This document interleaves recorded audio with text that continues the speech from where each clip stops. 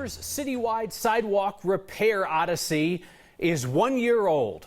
And if you think they're close to done, you're tripping. You're tripping on every crack, crevice, and buckle in most of this city's sidewalks. Our Marshall Zellinger set out to find where the sidewalk plan ends. You want X to mark the spot when you've found treasure, not when it's going to cost you. A little more than 900 properties inspected so far. This time last year, the city of Denver started its sidewalk repair program. An inspector would find slabs of sidewalk in need of repair, and if they're in front of your property, you, not the city, get to pay to fix it.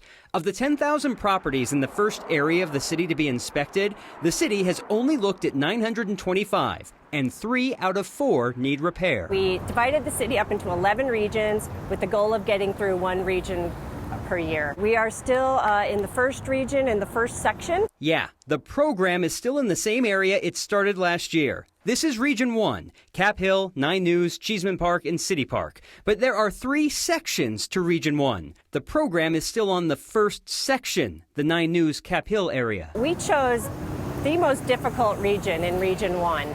An older part of the city with a lot of damaged sidewalks, a lot of flagstone that we're dealing with. By the way, don't try to get GoPro footage of damaged flagstone while riding a scooter. We hope to be through Region 1 in 1 year, but we know it's going to take us longer. During colder weather, we've learned how that kind of can slow us down on our inspections and on our work. That means a delay in getting to the city's own roller coaster sidewalks in City Park. The bumpy sidewalks in Region 2, which includes 5 Points in Whittier, those won't need to be smoothed for a while. And Region 11, Stapleton, Lowry, and Green Valley Ranch, might have a new generation of residents by the time those properties are inspected. Those regions that are happening further out tend to be newer builds, tend to be newer communities that have newer sidewalks. Let's give you some more facts first. Of the residents that have been inspected, about half have asked for the city to do the work instead of going out and finding their own contractor. And Kyle, it's going to cost about $860 on average right now for the people who have done the repairs. Let's do some math, though, shall we? Yeah. 1 region, 1 section in 1 year, 3 sections in the first region. 11 regions. I don't know if they're all divided by 3 sections or not, but yeah, that's like 30 plus years. That's after Longmont's train to the plane. I mean, this is 2050, and you're saying sidewalks could be like 2051 or 2052. But if we get past the flagstones, yeah, we get back to just the regular sidewalks, concrete, and like maybe it speeds up a bit. You just wanted to show that I again. just wanted to you show. have I a just wanted thing to with show the that train. Again. Yeah. But they're stuck on the hard part. They're on the hard part now with the flagstone. It should be smoother sailing after that. Yeah. And by the way, I did not fall on that flagstone. Flagstone is hard. Yeah. But that was the GoPro that went flying. That was the camera that went flying. So it was just company equipment, so it's no big deal. Got it. All right. Thank you, Marshall. Republican Senator Cory Gardner says he will not commit to supporting President Trump's plan for a national red flag gun control law until he can study it. But Gardner said the exact same thing today about Republican Senator Marco Rubio's red flag bill that has been available for his study since 2018. Gardner's office and his campaign are not acknowledging our interview requests. So today I went and waited for the senator outside an event. It's not our preferred way of doing business, but if your elected representatives are going to hide from questions, that's what we'll do. Hi, Senator. How are you? Good. Good to see you. Hey, your office is not responding to our interview request, so I thought we could talk here. Sure. Do you support President Trump's call for a red flag gun control bill? Certainly going to look at it, study it, and make sure that it's something that doesn't violate rights while it does the right thing for the people of Colorado. So Senator Rubio's had a bill like that for a while, so I assume you or your staff has looked at that. He wants to vote on that now. Do you think that's a good idea? We'll continue to. Look, I mean, we have to do what's right by Colorado, and we have to make sure that we're right by the Constitution and make sure that we do what's right to prevent this kind of horrific incident from ever happening again. You said over the weekend that there's no place for bigoted white supremacy in America. There is no place for bigoted there is no place for white supremacy. That's right. So in May, President Trump used the word invasion to refer to immigrants coming over the border 7 times in 1 minute. Somebody in the crowd yells, "Shoot him," and then he laughs and jokes about it. Yeah. Is that white supremacy? Right. Is it white supremacy? We have to make sure that we're clear on immigration, and I wouldn't support that. That's wrong.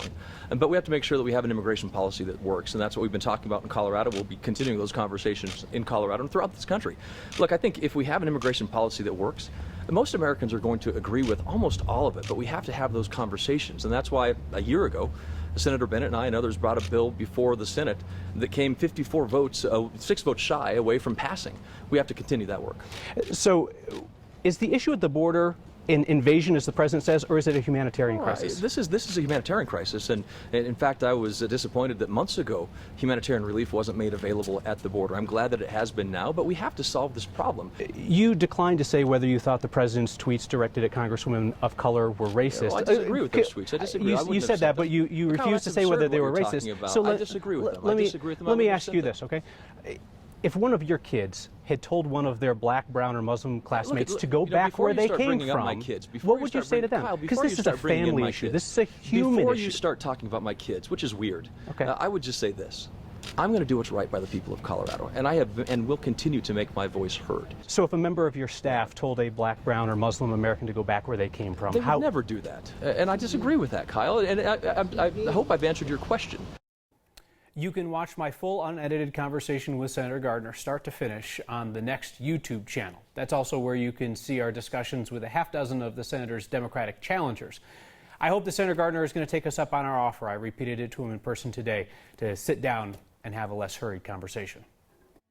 Our next question comes from a few of you, curious how we found Senator Gardner.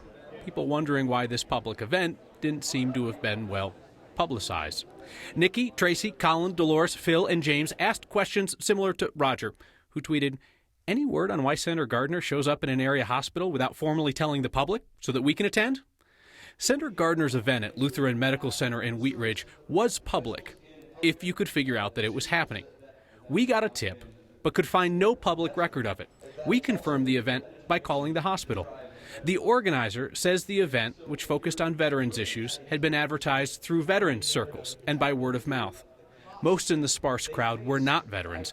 They were citizens critical of Gardner who had found out that the event was happening and came over to question him about immigration, gun control, and his allegiance to the NRA. The head of the Colorado State Patrol sat right over there last month, and he told all of us that drivers are not always at fault when one of his troopers is hit and killed while investigating an accident. It has happened all too frequently in recent years. And today, prosecutors came out and said that CSP's latest line-of-duty death was not a crime.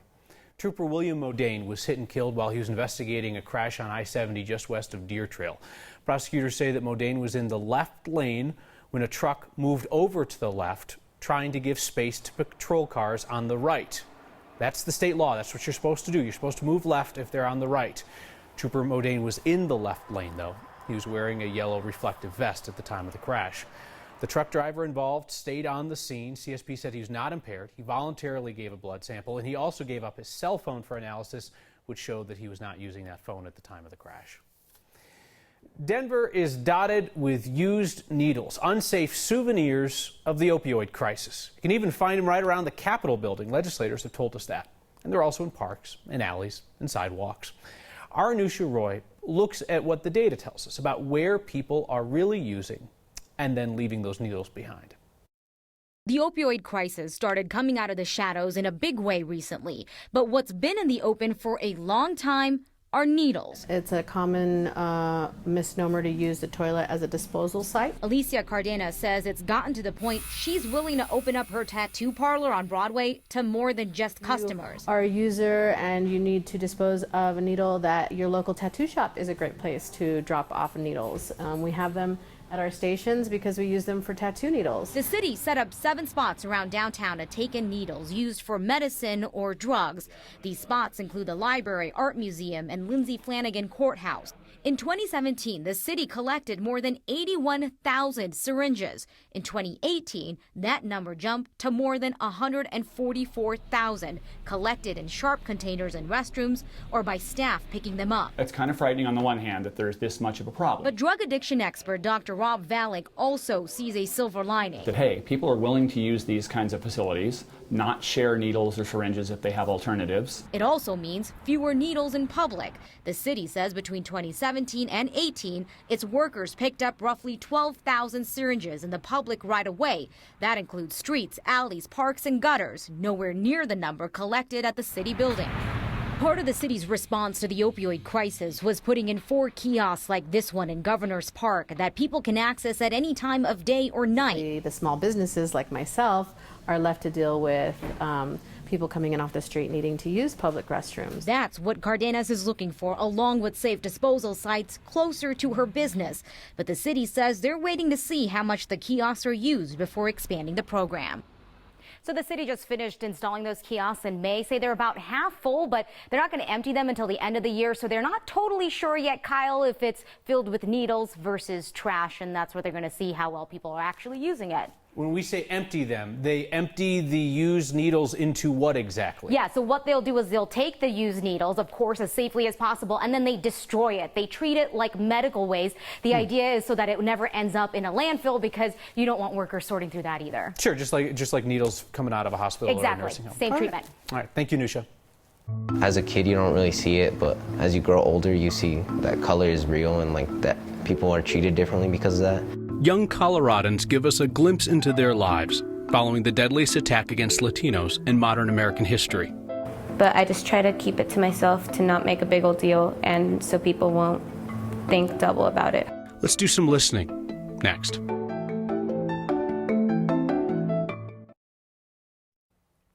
Still waiting on the heavy rain in downtown Denver, which is good news for some of you that have outdoor events tonight.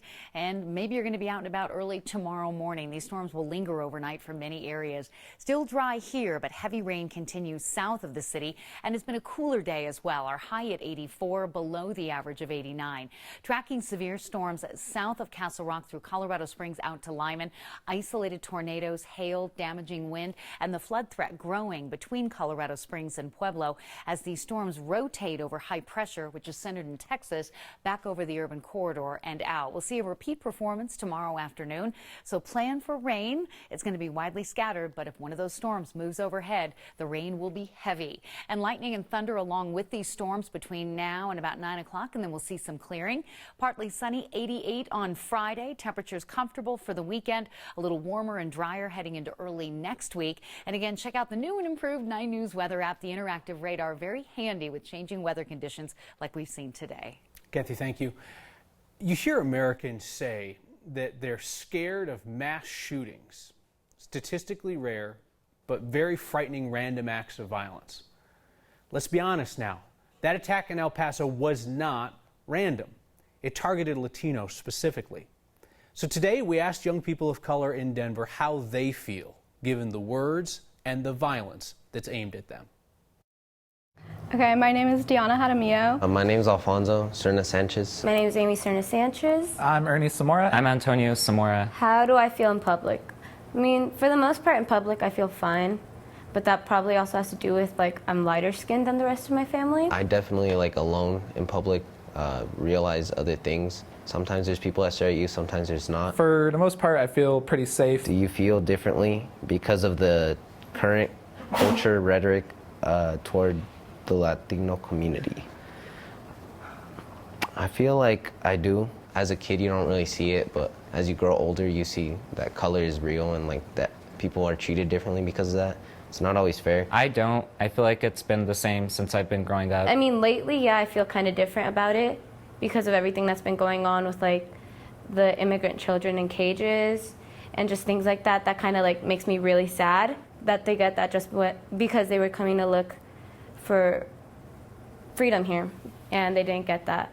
And they're just innocent little children who don't deserve that. I definitely feel different because I didn't feel like I felt safe before, but now I kind of feel a little like more discrimination towards me, which is kind of like it sucks. Do you avoid going to certain areas or places? Just there's certain blocks in my neighborhood where just there's a whole people who just like they're kind of racist and they don't like they'll just report me for looking suspicious or looking like a thug. For the most part, I just go anywhere, but I just try to keep it to myself to not make a big old deal, and so people won't think double about it. Has there been an instance where you felt someone has looked at you differently?